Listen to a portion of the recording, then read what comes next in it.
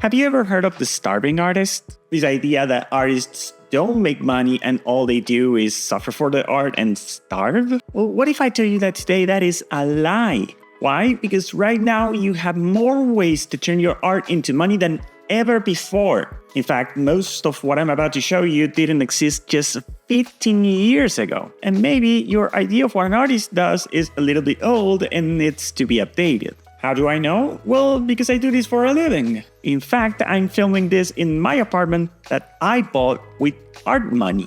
And I am not the exception. This doesn't have to just be a hobby. It can be so much more. So in this video, I'm going to show you 92 ways that you can make money from your art. Hopefully, you'll find that one of these is the path that you want to take in the future. Now, there is a very big spectrum of things that you can do, and the best way I found to organize them is from going from the most self-sufficient ones to the most traditional ones. The first ones are the ones that rely on social media the most, starting with this thing that you're watching, social media content creation. And there's a lot of things that can be done, whether it is YouTube or Instagram or Twitch or TikTok. You can teach how to draw or share your process or just have fun and create a little challenges for yourself that you can share them. You draw, they watch.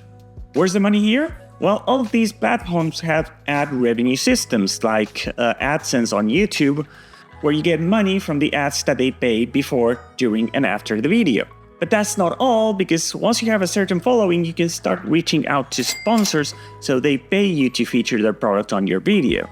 In fact, this video is sponsored and I will tell you all about it later, but with a channel my size, between the ad revenue and the sponsorships, yeah, I can start making a living out of this. Except this is not it, there's more. Because once you have a certain following and they tell you that they want to support you, and you can start doing things like Patreon, that is a website that for a little bit of money, you can give your fans a little bit more of what they want. Do you want longer videos of your process? Do you want the original files? Do you want more tutorials or maybe exclusive artwork? This is where you can send them to your Patreon and start making a little bit more money for a little bit more extra work. And those things can go from cute tutorials to some things that I can even show you in this video because there are a lot.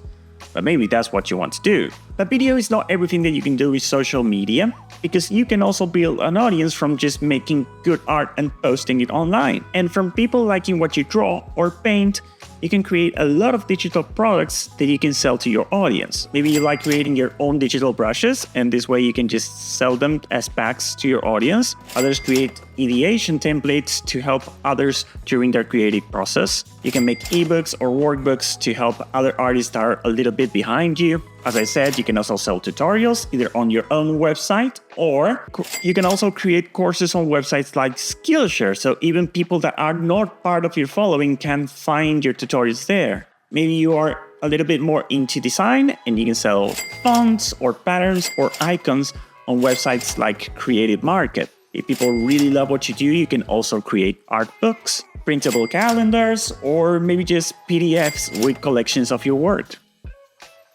Selling your raw digital art files can also be a good idea. Fans can see layer by layer how you work. You can also take on commissions. People that like your art will pay you to do a specific piece of art for them. And if you like comic books, you can also post regular comic books for your fans. But maybe you don't like any of these ideas and you want to make one big project. And if you don't know how a big project might land with your audience, you can just crowdfund it. And once you reach the goal, you just make it. And this way you know that if you're going to spend a lot of time and effort making it, it will be worth the time. Another digital product you can make is licensing your artwork, for example, like Adobe Stock or other stock licensing companies. All of these things I just listed can be done from home through websites. You don't have to talk to anyone. And as I said before, most of these things didn't exist just 15 years ago. And I've been showing you people that can make a living out of this, sometimes even a great living. But what if you want to go beyond digital products and make things that people want to hand or wear? Well, next in the list of things is physical products. The nice thing about physical products is that while you can sell them by playing the social media game, you can also let people find you through marketplaces like Etsy or Amazon or Shopify or TikTok Shop, which is a thing. And if you want ideas for physical products, I have lots of them. It's funny because I have this long list of physical products ideas for you, and Printify, today's sponsor, can help you make all of them. Printify has more than 1,300 products that you can put your art on, and here are some of my favorites that you can do. Ready?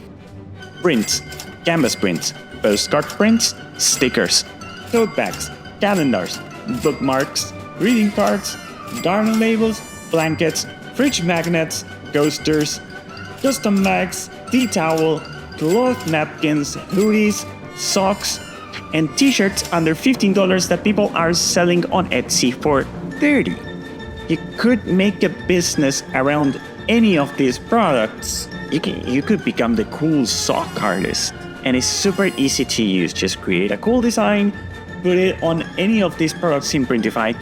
Then you can link your account to any of these marketplaces I just mentioned. And when you get an order, Printify will do all of the work and ship the product to your customer when you just sit back, relax, and collect the difference. Do you want to start right now? Well, sign up for free using the link in the description. Thank you, Printify. Now here's the thing. Even after this long list of products, there are more physical products that you could be making. And they are a little bit more custom than the ones that I just listed. So here we go again. You could do enamel pins, iron patches, keychains, lanyards, washi tape, recipe cards, letter writing stationery, custom envelopes, garden labels, bracelets, rings, brooches, hair scrunchies, hair clips, card decks, or even tarot cards. I want to point you to a Kelsey Rodriguez video where she lists a lot of physical product ideas if you want some inspiration. Kelsey, by the way, is also an artist and she's also making money, just like you will. And even though there are some services like Printify that can help you with delivering all of your physical products, sometimes physical products do require that you have an inventory in your house and also deliver every package by yourself. That could mean taking your products to local stores and splitting the money with them. And sometimes that means going to art fairs or conventions and setting up shop there. There are some people making a lot of money in conventions. Still promoting, traveling, delivering. What if you don't want to do any of that? Well, it's a good thing that you're in this video because, hi, my name is Javi, and for most of my adult life, I have been a freelance illustrator. Except for that time that I cleaned rooms in New Zealand. And most of my time freelancing, I did it through Upwork. There are also other freelancing markets like Fiverr, which I never used. Or you can also promote yourself using LinkedIn, like for example, Zach Retz. He's a fantastic concept artist and he found a lot of success there. The most important thing to know about freelancing is that you will start small, low pay and low profile jobs. And that's okay because there's still a lot of things that you will need to learn besides drawing, like how to communicate with clients, how to deal with deadlines, how to refine your process, how to quote correctly. All of these things are necessary to become a successful professional artist, and your first jobs will help you with just that. I mean, the first job I got in Upwork was 15 years ago for a children's book for $300, and the last one I did on the website was 5 years ago for $12,000, which led to a sequel, 4 early reader books, and then the publishing company hired me for 5 more books. That's like $85,000 right there. But what if you're not interested in children's books like I am? Well, you can find freelance work doing things like board games, packaging, character design, children's books, magazine illustration, editorial illustration, working for ad agencies, muraling, education books, which I just finished a job for, comic books, book covers, science books, marketing artwork, and coloring books. Does looking for freelance work on websites sounds like too much? Well, you can always find an illustration agent so they can find the work for you. They take around 15% and they won't always have constant work for you, but they will make sure that you're well protected in your contract and most importantly, that you are well paid. But still, what if you just want to do your own thing? No social media, no freelancing, just making art and making money. Well, you'll have to go a little bit old school now. But as I said before, there are no starving artists here. So if you want to do the fine arts route, here are all your options. Now, obviously, you can sell your unique pieces in galleries, and I imagine that is the aim of any traditional artist.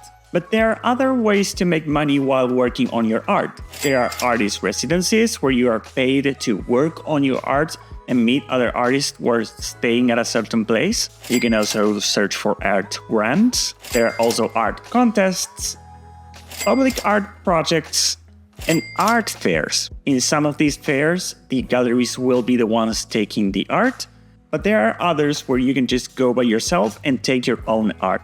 You can work as a curator for other galleries or museums. You can also have an art blog covering contemporary art and you can charge for it. You can also create art courses that can be both practical, like teaching how to paint, or theoretical, like explaining a particular artist or a movement. Now, finally, industries, the 9 to 5. Every idea I just listed before depends on how much you move, and it doesn't guarantee a steady pay each month. But working in an industry can. Whether it is film and TV, or animation, or gaming, there are plenty of jobs for you to have on this industry. You can do storyboards, color scripts, character designs, concept art, backgrounds, prop design, set design, level design, or you just being an animator. The list goes on. These are very different jobs that require very different skill sets. Landing a job at a studio will guarantee that you know exactly how much you will be making every month, letting you plan your life a little bit more steadily. And while a lot of these jobs have existed for more than 15 years, there has never been more animated shows, movies, TV shows, or games coming out than ever in history. And all of this that I just listed is to show you that it can be done. Not only have I shown you a lot of ways that you can make money, but I've been showing you artists that made it. Because it can be done and you can do it. Which makes me wonder, which one of these career paths do you think that is the best for you? Let me know in the comments and maybe I can do a deep dive on it. Still, if you haven't started your art journey yet, I have made a video about how you can take your first steps without any friction, and you can find it right here. So, go